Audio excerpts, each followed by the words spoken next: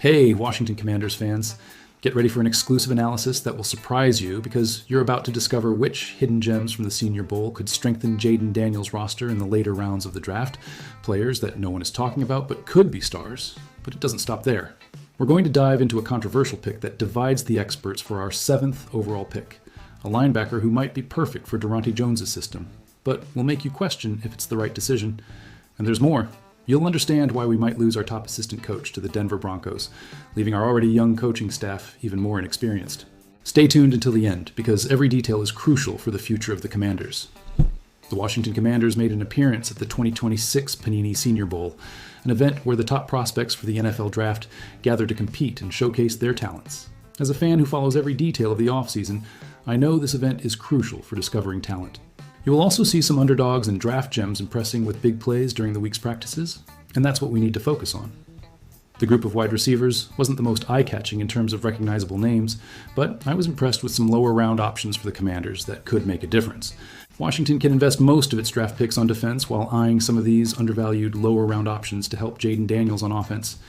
The Commanders need to nail their late picks crucially. They have only 2 selections among the top 75 in the draft and do not select again until pick number 145, making everything more challenging. 4 of their 6 picks are in the 5th, 6th, and 7th rounds, so they need to utilize them as effectively as possible to maximize value. The Senior Bowl showed me that there are valuable wide receiver options in the later rounds of the draft that could earn a spot with the Commanders. Here are some names to keep an eye on during the draft that the Commanders could add on the 3rd day. Standout players from the Senior Bowl, who will be great picks in the later rounds of the draft, start with an incredible story. There was no more impactful story at this season's Senior Bowl than that of wide receiver Tyron Montgomery from John Carroll University, Division III. He stood out among all the other receivers, present in an impressive way. He started playing football only 2 years ago and is a natural athlete with precise routes, explosive speed, and reliable hands. Standing at 6'1" and weighing 185 pounds, Montgomery had 119 receptions for 1,028 yards and 15 touchdowns in 2025. Absurd numbers. He still needs to develop, but he demonstrated elite athletic attributes that justify a late-round gamble. PFF lists him as the 157th best overall prospect in their updated list of top players. Cyrus Allen is one of those players that made me want to go back and review his 2025 videos and analyze his performance more closely. As a fan, I love when I discover talents like this. He is a 5'11" wide receiver weighing 185 pounds who finally stood out in 2025 when they decided to primarily line him up in the slot, his natural position. Allen finished 2025 with 49 receptions for 661 yards and 12 touchdowns, and he impressed at the Senior Bowl with his technique. He was an elite route runner throughout the week and managed to get open easily from defenders. Allen might be my favorite late-round bet, with elite traits that will translate into immediate success in the NFL. Josh Cameron was easily the most interesting receiver at the Senior Bowl, dominating defenders with his size and strength throughout the week.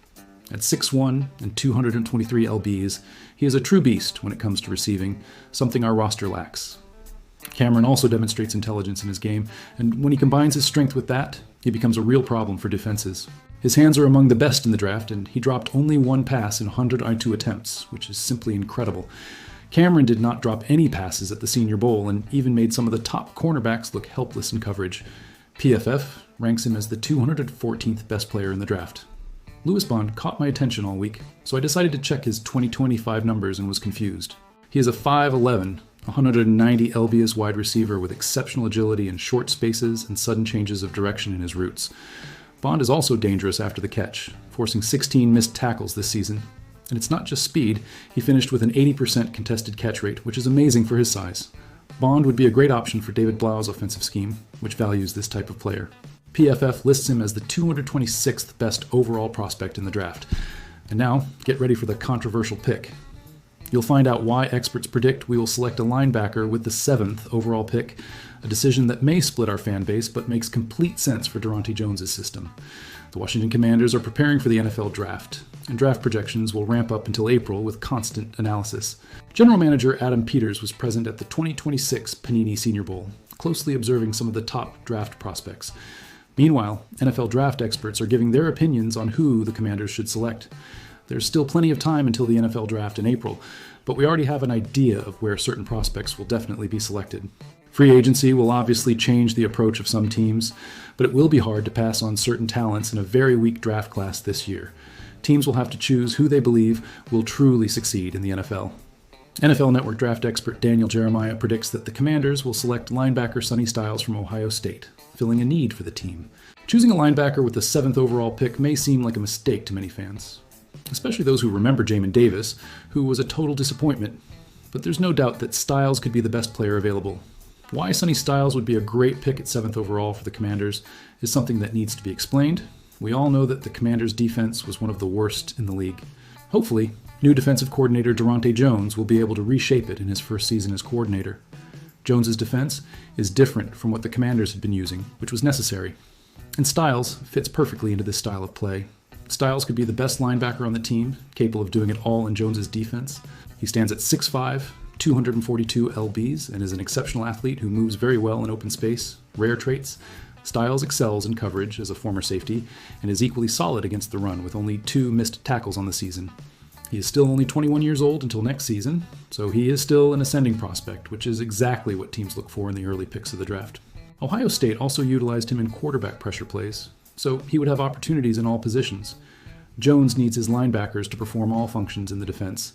And now, to wrap up, the troubling news. You're going to find out why we might lose our top offensive assistant, Brian Johnson, leaving our offensive coaching staff even younger and more inexperienced at a critical time. The Washington Commanders made many changes to the coaching staff this offseason, and will enter the next season with 2 new coordinators for the first time. The changes bring many uncertainties, especially with David Blau and Daronte Jones taking on their first coordinator roles in the NFL, which is already risky in itself. Having experienced assistant coaches on the team can help in the transition to a new system or in adapting to the new coordinator role. Blau might lose one of those assistants who could help him a lot, as Brian Johnson has been interviewed for a top offensive coordinator position with another team. Brian Johnson is being interviewed for the offensive coordinator position with the Denver Broncos, and that deeply concerns me. Johnson is currently the main assistant coach and offensive passing game coordinator for the Commanders, and losing him would be quite a significant blow to our structure. We didn't know what to expect from Johnson after he was passed over. Johnson has caught the interest of the Denver Broncos and was recently interviewed for the team's offensive coordinator position, his first major opportunity. Johnson has experience as an offensive coordinator in college football, in addition to having worked with the Philadelphia Eagles in 2023. It was expected that he would attract interest from other teams. If he leaves, this will be yet another important hire that the Commanders will need to make to properly replace him. The Commanders are extremely young on their offensive team, and that is concerning for any fan. The Commanders have a crucial season ahead in which quarterback Jaden Daniels needs to recover. Blau went from a quarterback's coach assistant to offensive coordinator in just a few months, a huge leap. He has never called plays or led his own offense before, so it will be a completely new challenge for him this season. He will also have a young quarterbacks coach, DJ Williams, taking on the role.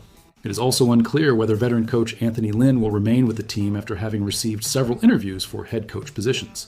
Fortunately, Daniels is an experienced quarterback who knows how to provide feedback and lead on and off the field, which may offset the inexperience. So, fan, after learning about the hidden gems of the Senior Bowl like Division III's Tyron Montgomery with 1,528 yards, Cyrus Allen with 12 touchdowns, and Josh Cameron with only 1 drop on 102 targets, understanding the controversial pick of Sonny Styles as linebacker at the 7th spot that divides opinions, and discovering that we might lose Brian Johnson to the Broncos, leaving Blau even more on his own, which of these situations leaves you feeling more torn?